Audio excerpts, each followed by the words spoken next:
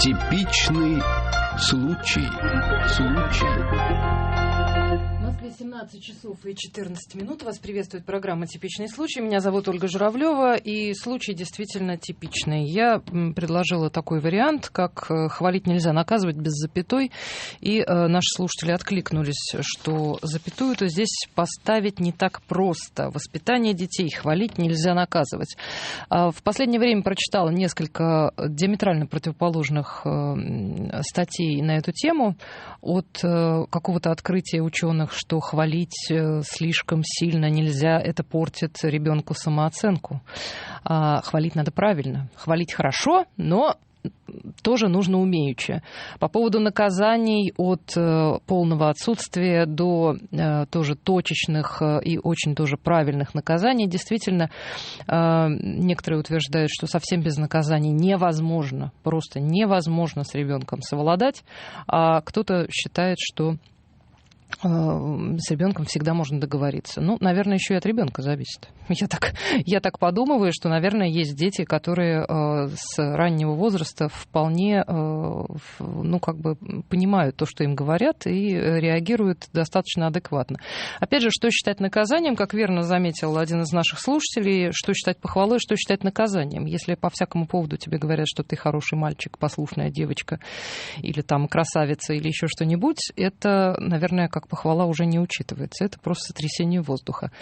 А если по какому-то действительно опасному или нехорошему поступку следует немедленная реакция, там, шлепок по попе или окрик, тоже считать это наказанием? Или это просто, что называется, всплеск эмоций? Я испугалась. На самом деле, перевод такой: я испугалась. То, что ты сделал, это меня пугает, расстраивает, огорчает и так далее. Хотелось бы еще для тех, кто будет писать, звонить и рассказывать, хотелось бы, чтобы вы с собственным детством как-то это все соотносили, не только с тем принципом, который вы вывели для себя как для родителя, может быть, потенциального, а может быть, нынешнего, а может быть, уже и вырастившего детей, но и с собственным детством. Чего вам не хватает или чего вам, казалось, было слишком много.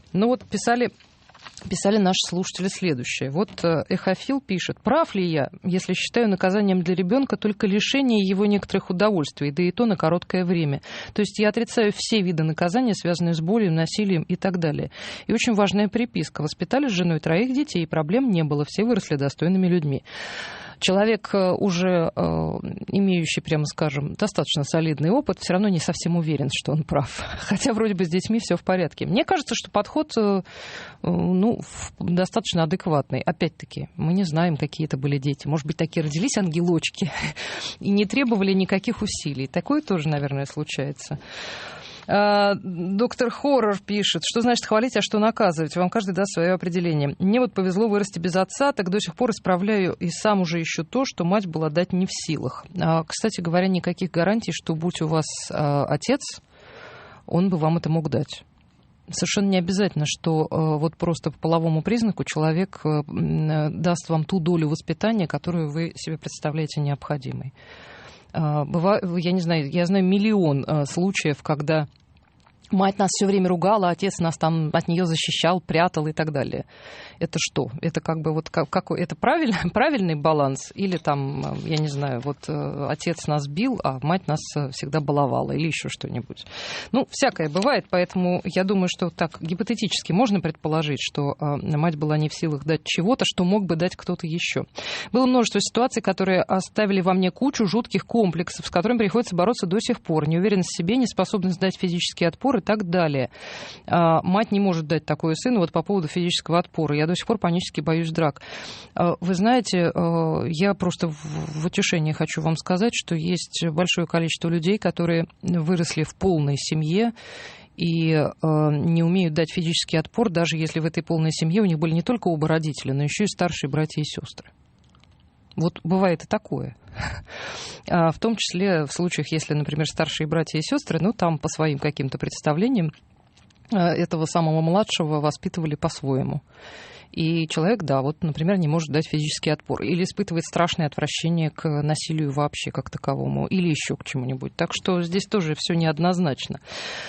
Зато я несколько более мягок, не мужланин, как говорят знающие меня девушки. Так что каждому свое, как говорится. Для кого-то наказанием является то, что другой воспримет с усмешкой. Хотя с моральной точки зрения, повторюсь, бывало крайне тяжело. У каждого из родителей могут быть свои комплексы, которые накладываются на воспитание детей. Михаил, вот подписался он, Михаил Лукашкин, да, из Екатеринбурга, наш постоянный слушатель. Тоже хочу сказать, что вот вы, на самом деле, мне кажется, к правильному направлению выходите, что и наказания для всех разные, и похвалы для всех разные, и восприятия разные. Вот там везука тебе, у тебя мама вот там тебе разрешает гулять, там, не знаю, там-то и там-то. А для кого-то это вообще ничего не значит. Он может с утра до ночи быть неприсмотренным, и не потому, что у него мама такая добрая, как говорили во дворе, да, а потому что ей просто не до того. Она там на 8 работах и занята другим, она понятия не имеет, где он гуляет, у нее нет возможности его контролировать. Возможно, ребенок, наоборот, мечтает о том, что ему кто-то сказал: не ходи туда, там опасно, возвращайся пораньше. Так что, конечно, и наказание, в том числе и физические, для каких-то детей уже настолько рутина, что они просто, воспринимают это как факт. Да, будут драть. Что такого?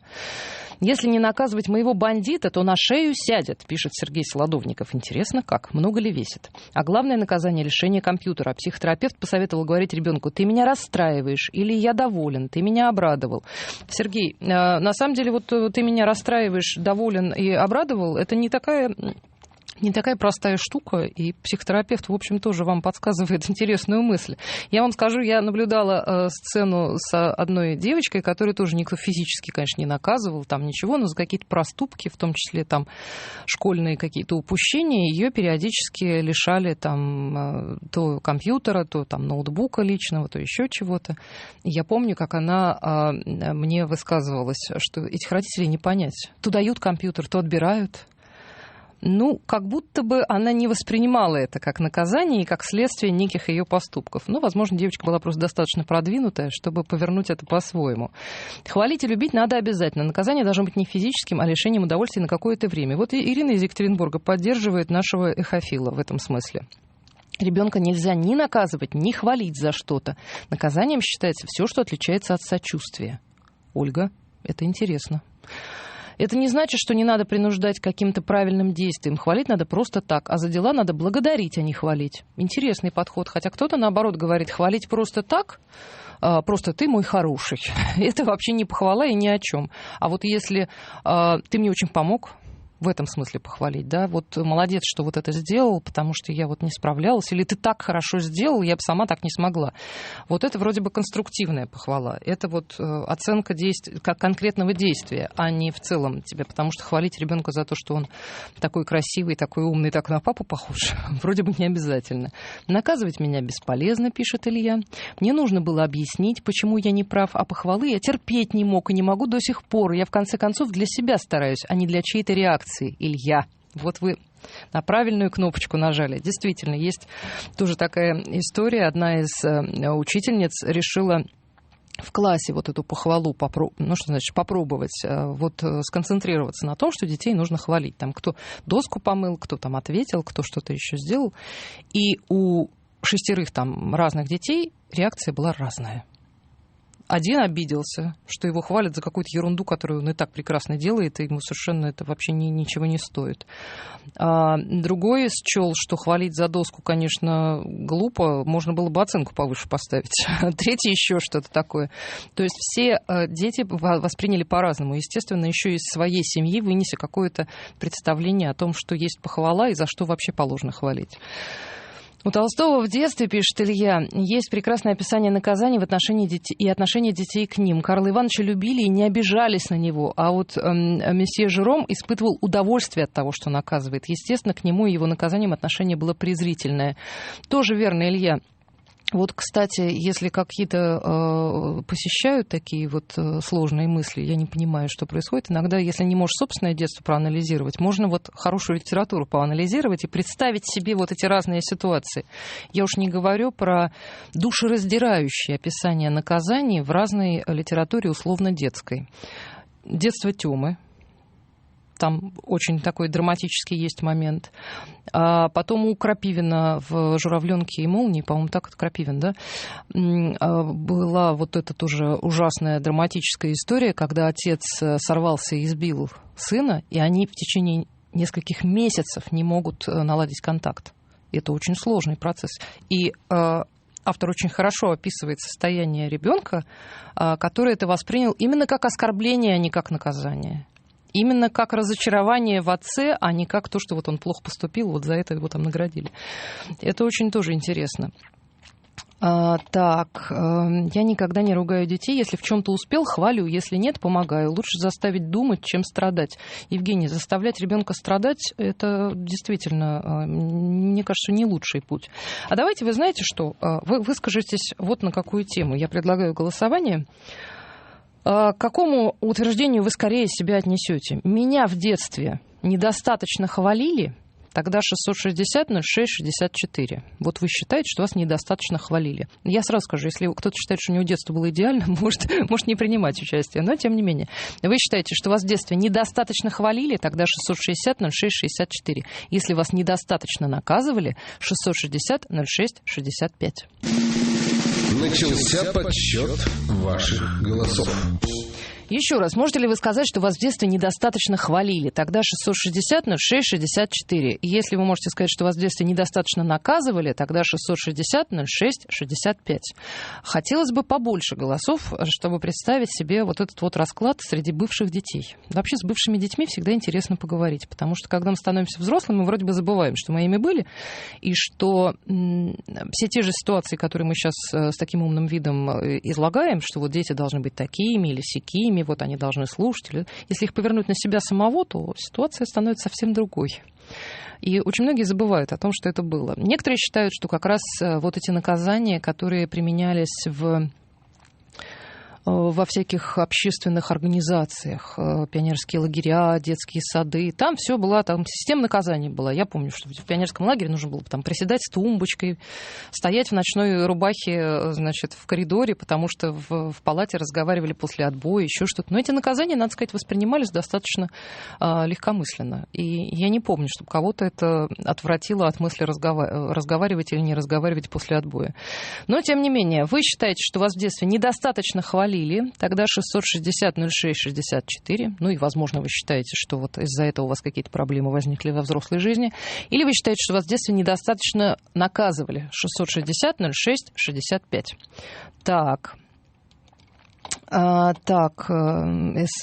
Максим с Ямала забирает свою СМС обратно.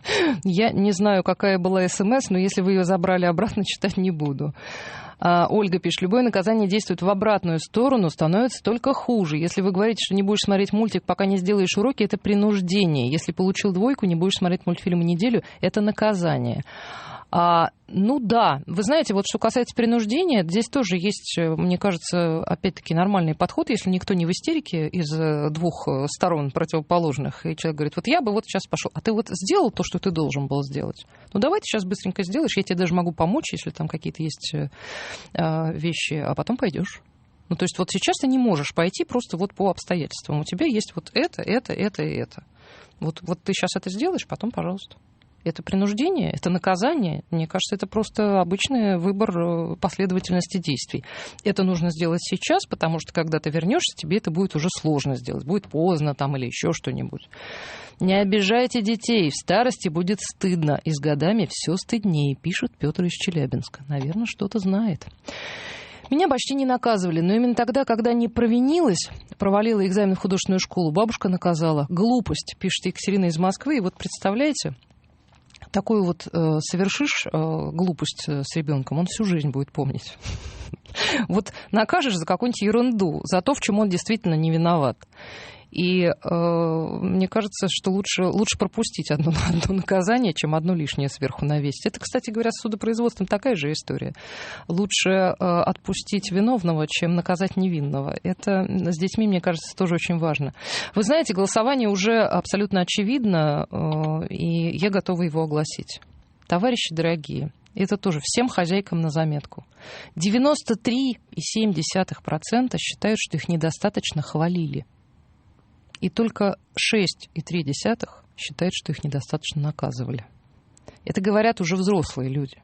Это говорит о том, что все-таки похвала – это какая-то очень важная штука. И, наверное, если до сих пор это помнится, если до сих пор кажется, что вот чего-то не хватало, никто не говорит, что эти родители не любили. Может быть, они считали, что не надо баловать, может быть, еще что-нибудь. Но если взрослый ребенок помнит, что его мало хвалили, его очень жаль. И вполне может быть, что следующее поколение будет захваленное настолько, что будет мечтать о том, что, может быть, как-то более конструктивно к ним будут относиться родители. И, может быть, через 20 лет в таком голосовании все будут говорить: меня мало наказывали. Вот если бы меня больше наказывали, я бы добился больших успехов. Хвалили меня нормально, а наказывать было не за что, пишет Сергей из Тюмени. Вы знаете, Сергей, вам верю. Я верю, что есть дети, которых вот действительно не за что наказывать. Я помню один эпизод, когда меня вызвали в школу, ребенок был во 2 классе. Девочка, отличница, во 2 классе вызывает в школу маму из-за конфликта с учительницей музыки. Учительница музыки жалуется, что вот она там вот так вот себя ведет, вот недостаточно сопереживает, вот недостаточно поет. И что, я должна наказать ребенка за это? За то, что вот ребенок так воспринимает этого учителя. Ну что, я должна ее отшлепать и обругать? Что должно произойти? Поэтому... Ну да, есть история, можно об этой истории поговорить, можно предложить какие-то варианты поведения, чтобы больше проблем не было. Но вот насчет наказывать. Мы вернемся к этому разговору после новостей и, конечно же, ваши звонки. Типичный случай. В Москве 17:35. Продолжается программа «Типичный случай». Воспитание детей хвалить нельзя, наказывать. Руприхт пишет: а меня жестко заставляли учиться. Иначе я бы катался на велосипеде и играл в войнушку. Руприхт: когда всех остальных уже заставили учиться, в войнушку вам бы стало играть не с кем. Может быть, вы бы подумали, поучиться, что ли? Все там. Хотя, с другой стороны, может быть, те, кто катался на велосипеде и играл в войнушку, еще успевали уроки делать, а может быть и нет. Я как-то больше был предоставлен самому себе. Ни похвалы, ни наказания не помню. Так вот, в 17 лет нырнул в это море без акваланга и ласт, пишет Игорь, предприниматель из Петербурга. Вы знаете, Игорь, вот иногда тоже думаешь, какие вот бывают... Читаешь детство. Я люблю вообще всевозможных писателей читать всевозможные детства, потому что это важно, вообще интересно, потому что человек, даже если он во всем остальном не самый великий писатель, как Лев Толстой, например, то в детстве люди вспоминают такие детали и такие важные и для всех важные вещи, что их очень интересно посмотреть. Про время, там, не знаю, детство Багрова внука, например, да, про эпоху многое узнаешь, про традиции, про конкретно вот эту семью. Не знаю, мне кажется, что это очень душеполезное чтение. И иногда думаешь, вот многие из этих авторов, когда описывают по-настоящему счастливое детство, вот блаженство просто какое-то, все было так вот замечательно. Самые красивые, самые умные, самые замечательные. Детство в этом смысле Набоков очень хорошо описывает, что вот он жил в раю фактически. Там были свои особенности, свои какие-то там сложности и так далее, но тем не менее их там хорошо тренировали, вот это англоманские подходы, все эти гимнастика, обтирание холодной водой, языки, все на свете. А потом он попал в такую жизнь, которая, все растоптала из этого самого детства. С одной стороны, он оказался достаточно стойким человеком, в отличие от брата, который погиб, и у которого была масса других проблем. А с другой стороны, вот это постоянное сожаление, что в детстве-то все было замечательно, а потом выплескивают в жизнь, и такой ужас. А бывает детство тяжкое, как Горький, например, да? Вот жуткое совершенно какая-то, и нужно скорее вырасти, чтобы потом вот уже сидеть на капле в большой шляпе и чувствовать себя человеком. А я не знаю, что лучше. Что лучше, иметь райские условия, там, школу, в которой все тебя обожают, где все с тобой носятся и все такое. Потом ты приходишь куда-то, там, не знаю, учиться дальше или работать, оказывается, никто с тобой носиться больше не хочет. Оказывается, что то, к чему ты привык с самого детства, постоянному вниманию, похвалам, там, всяким другим важным вещам, постоянному интересу к тебе самому, оказывается, что больше никого в мире ты не интересуешь, кроме вот тех людей, которыми ты был окружен в детстве. Я не знаю, это, наверное, шокирует. Мне кажется, это тяжело. Так, со мной в детстве проблем не было. Вырос домашним мальчиком. Если за что и наказывали, то за неуспеваемость в школе лишением компьютера. Рос в неполной семье, не могу дать физический отпор, и вообще насилие в жизни у меня вызывает отвращение. Алексей из Егорьевска. Вы знаете, когда у человека насилие в жизни вызывает отвращение, это, мне кажется, совсем не недостаток воспитания. Вообще-то неплохо, когда насилие вызывает отвращение, но это на мой личный взгляд. Наказать ребенка легче, чем обнаружить свою вину в его поступке, пишет Таня. Ну да, вообще, конечно, сразу же за все наказывать — это легкий путь. Это ты сразу все, и выплеск гнева разрешил свой, и дал понять, что ты против, и вроде как повоспитывал ребенка, решил сразу все проблемы. Но вот кто-то пишет, что ругала сына, до сих пор стыдно, например. Такой хороший вырос. Вот такое тоже бывает. 363-3659, код Москвы 495. Кого мало хвалили, кого мало наказывали, и какой вывод вы сделали из собственного детства, или, может быть, из детства ваших собственных детей? Чего должно быть больше, или чего, может быть, совсем не должно быть? Алло, здравствуйте. Алло. Здрасте, как вас зовут? Анна. Анна. Вы как бывший ребенок хотите выступить, или как практикующий родитель? Как бывший ребенок. Так. Ну, скажите, чего больше было в вашем детстве, и правильно ли это? Ну, я скажу поконкретнее. У меня в детстве был случай, я не помню, 8 мне было лет или 12, где-то в этом интервале. Ага. Мне кажется, лет 12. И я пошла зимой гулять на горку к дальним домам, туда, где жили мои школьные подружки, но это был небольшой городок, но это было далеко от дома, обычно там не гуляла. И это был декабрь или январь или февраль, темнело рано, и я не предупредила родителей, что я буду гулять не у себя во дворе. И вернулась очень поздно, часов в 8 вечера, то есть было уже давно темно, был выходной день, меня очень давно уже родители искали по всему городу. Они ужасно волновались, и папа меня наказал ремнем. Так. И я это запомнила. И я считала себя ужасно виноватой. Я считала наказание очень справедливым. Кроме его наказания, я сама себя очень ела, переедала. И с тех пор, и даже вот когда случались в жизни случаи, там была молодая, и надо было не вернуться домой ночевать, и я знала, что мама будет не согласна, и тем не менее я звонила, говорила, что я не вернусь домой. И после этого клала трубку, то есть чтобы она знала, что со мной все в порядке, а поступать я буду по-своему, но чтобы она не волновалась.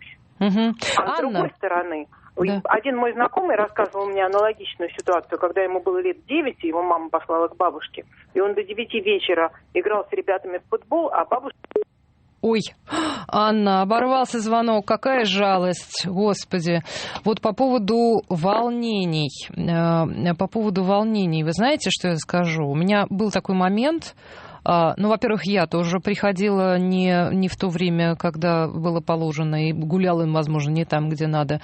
Во-вторых, у меня однажды дочь, уже будучи достаточным все-таки сознательным ребенком, но небольшим, отправилась в центр города в выходной день без предупреждения. Я как раз на работе, все прекрасно. Я перепугалась так, когда я поняла, она уже вернулась, когда я об этом узнала. Она мне как бы так вскользь сказала, что да, я там была, я видела. Я перепугалась страшно. И, конечно, если бы я на нее набросилась с кулаками, это было бы, наверное, многие бы поняли эту реакцию. Но я поняла, что здесь уже как-то поздно что-то делать в этом смысле. И вот в случае Анны, я думаю, что если бы папа не наказал, вы бы все равно эту историю запомнили на всю жизнь, потому что перепуганные до смерти родители — это тяжелое зрелище. И иногда хочется уже, чтобы тебя наказали, чтобы только не было так стыдно и мучительно. Так, Евгений из Тульской области пишет: у меня выросли 2 взрослых сыновей, теперь у меня растет двухлетний сын. Обращаюсь с ним как со взрослым, забывая, что это ребенок. Евгений, вы знаете, иногда это действует. Некоторые дети, они такие вот в коляске уже лежат, вполне взрослые, адекватные люди, всегда есть о чем поговорить. А когда они начинают разговаривать, ты понимаешь, что вот действительно все же понимает прекрасно. Вы же, извините меня, с домашними животными общаетесь, как с людьми? А почему с детьми нельзя так же общаться, как с людьми? При том, что домашние... Вы же говорите, там, вот мой попугайчик все понимает, вот моя кошка, она такая умница. Ну, и дети такие же бывают. Ну, может быть, не все, но многие.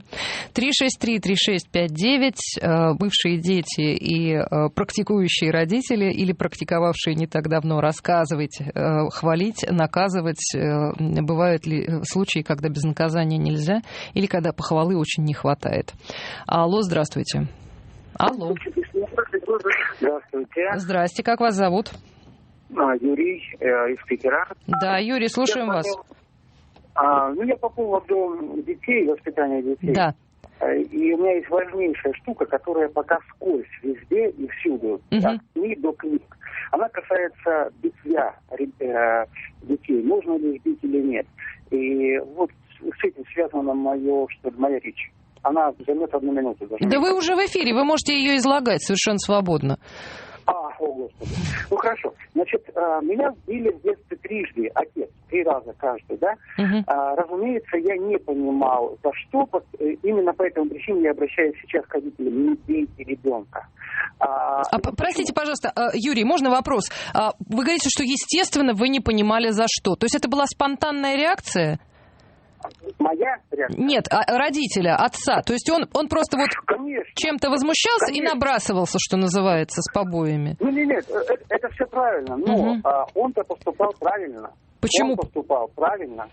Потому, я имею с его точки зрения. Он понимал, за что, понимал, что я виноват, понимал, что что наказание меня исправит, и все такое прочее. Да. Первое, наказание никого еще в мире во все времена человечества не исправляло, от преступников до идиотов и от Жириновского до Чубайса там, или что-нибудь еще. Никого не исправляло, принципиально. Раз. Второе, ребенок не взрослый, и башка у него в 1500 раз меньше, он просто не понимает того. Вы знаете, Юрий, я вам отвечу. Некоторые психологи говорят, особенно когда дело касается маленьких детей, им там всего не объяснить, что обязательно сначала нужно успокоиться родителю, потом, значит, взять наказуемый предмет, в смысле наказующий предмет, и объяснить, за что наказывают. Не знаю, я бы в ужасе была, если бы со мной такое было. Я бы умерла от страха. Не то слово. Вопрос в другом, что я никак от этого не поменялся. Ничего, не происходило. Потом, когда я стал на уровень отца и вырос, что ли, на его возраст, встал, я вдруг понял его.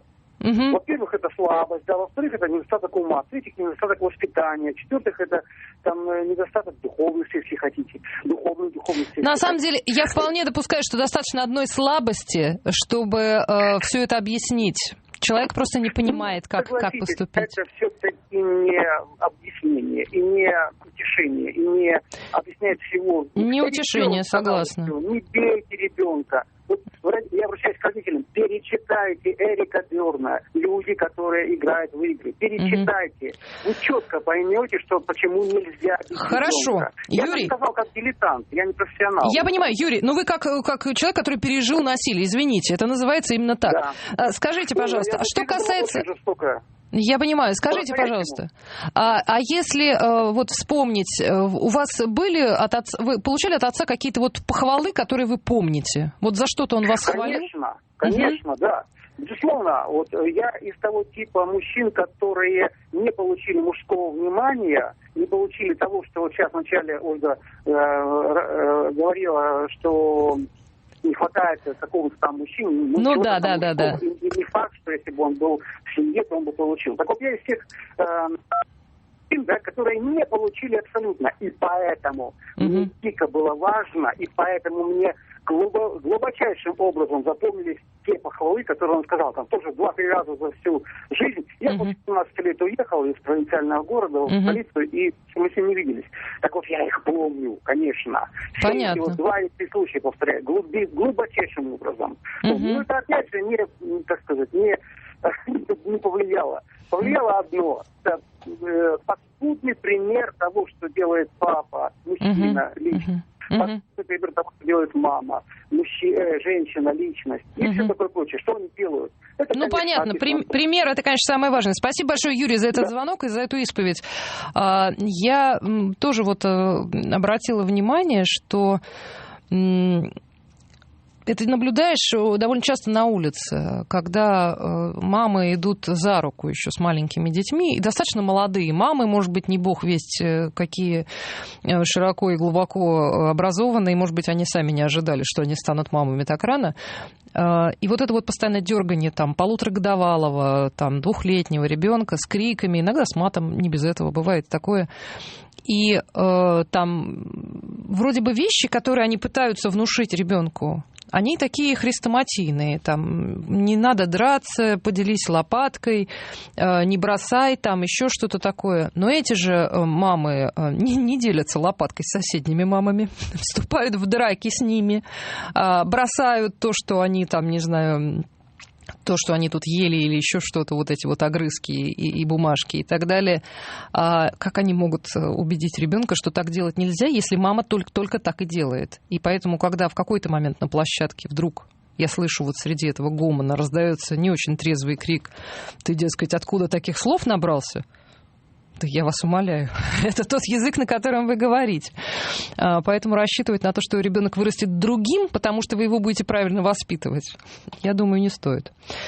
Так, тяжело перестроиться после школы в университете. В школе ты отличник, любимчик, победитель олимпиад. А в университете ты вдруг становишься таким же, как все. Все надо начинать сначала, зарабатывать и завоевывать свой авторитет снова. Это Сергей из Кронштадта по поводу вот этого счастливого детства, из которого бывает тяжело выйти. Да, это правда, к этому тоже надо привыкать. Знаете, когда родители в начальной школе или там уже чуть постарше друг с другом делятся, что вот эта учительница там такая, вот эта сякая, вот как-то нужно от нее избавиться, вот защитить ребенка. Я думаю, ну а потом-то в жизни все равно придется с разными людьми общаться. Ну никуда ты от этого не денешься. И, может быть, участковый врач твой будет такая, вот как эта учительница географии. Или там еще что-то. Ну, думаю, когда-то же дети должны с этим столкнуться. Ну, не может же быть, что они все время, всю жизнь, вот до совершеннолетия будут окружены только самыми милыми, аккуратными там, и высоко, тонко подкованными людьми. Я думаю, что нет. Поэтому иногда мне приходилось ребенку говорить, что ну вот эта учительница, она такая. Ты просто пойми. Она неплохая в том смысле, что она там какая-нибудь преступница и так далее. Но просто вот у нее такой характер и вот такие особенности. Она привыкла к такому. И поэтому, когда вот она это делает, ну ничего страшного на самом деле нет, никаких преступлений она не совершала. Ты просто вот пойми, что здесь вот она расстраивается. Это она огорчается. Вот ее можно пожалеть. Вот постарайся ее не огорчать, потому что вот ее это очень... Ей хочется, чтобы было вот так. Ну, вот по-другому я не могла объяснить 8-летнему человеку, почему вот у нас там некий конфликт. Хотя конфликт можно догнать до такого состояния, что человек просто в школу больше не пойдет. Это можно. Так, слово родителей или хотя бы одного из них должно быть законом, пишут нам из Самарской области. А вы гарантируете, что вы всегда правы? Вот насчет закона, это я так на всякий случай интересуюсь. Хотя, конечно, какие-то законы есть. Мироздание, физики и так далее. 363-3659, код Москвы 495. Алло, здравствуйте. Алло. Здравствуйте, Павел, Москва. Да, Павел. Вас правильно воспитывали, скажите? Как вы думаете? Я не знаю, не очень, наверное, но я хотел бы поделиться своим опытом из своего. Давайте. Угу. Я бы посоветовал всем родителям, во-первых, очень внимательно относиться к тому, что вы говорите при детях. Да. Потому что посыпятся вопросы, на которые обязательно надо будет давать ответ. Вот у меня получилась такая история, что я в 13 лет стал антисоветчиком. Да что вы. Да, все далекие. Приехал в Питер, сказал это родителям, что я прочитал «Архипелаг ГУЛАГ». И мои родители не смогли его прочитать. Тогда негде было достать. И получилось, что я всю жизнь, мне даже не с кем было все детство поделиться тем знанием, что я подчеркнул оттуда. И ни с родителями, ни с одноклассниками, это уж не приведи Господь. Мне взяли слово, что только с родителями можно разговаривать об этом. Чтобы никто не пострадал. Поэтому я бы посоветовал. Ребята, обязательно читайте все, что читают ваши дети. Все. И обязательно с ними это обсуждайте. Да, я согласна с вами. Это важно. Общее информационное и духовное пространство – это важная штука. Спасибо вам большое, Павел. Опять же, все революционные книги, мать, Горький, о том, как родители живут одной жизнью, а дети совершенно другой. И вот мать-то как раз чем хороша? Она вдруг проникает в эту непонятную жизнь сына и начинает понимать, о чем, и как-то по-своему ее интерпретирует. И у них это общее пространство-то есть на самом деле. Так, Оля, 57 лет, пишет. Меня лупили ручками от авоськи за неуды, но не хвалили за успехи. Выросла с комплексом неполноценности и обидой на себя. Бедная Оля. Оля, на себя тут нечего обижаться. Ну, как бы, да, грустно, когда вырастаешь с комплексом. Это, кстати говоря, очень многие пишут. Я сейчас просто не могу все истории огласить, но есть такой тоже момент. Очень многие пишут, что когда приносишь 500 пятерок и там похвальных листов, никто не реагирует. А когда приносишь одну единственную какую-то гнусненькую троечку, начинают на тебя, значит, набрасываться и требовать повышенной успеваемости.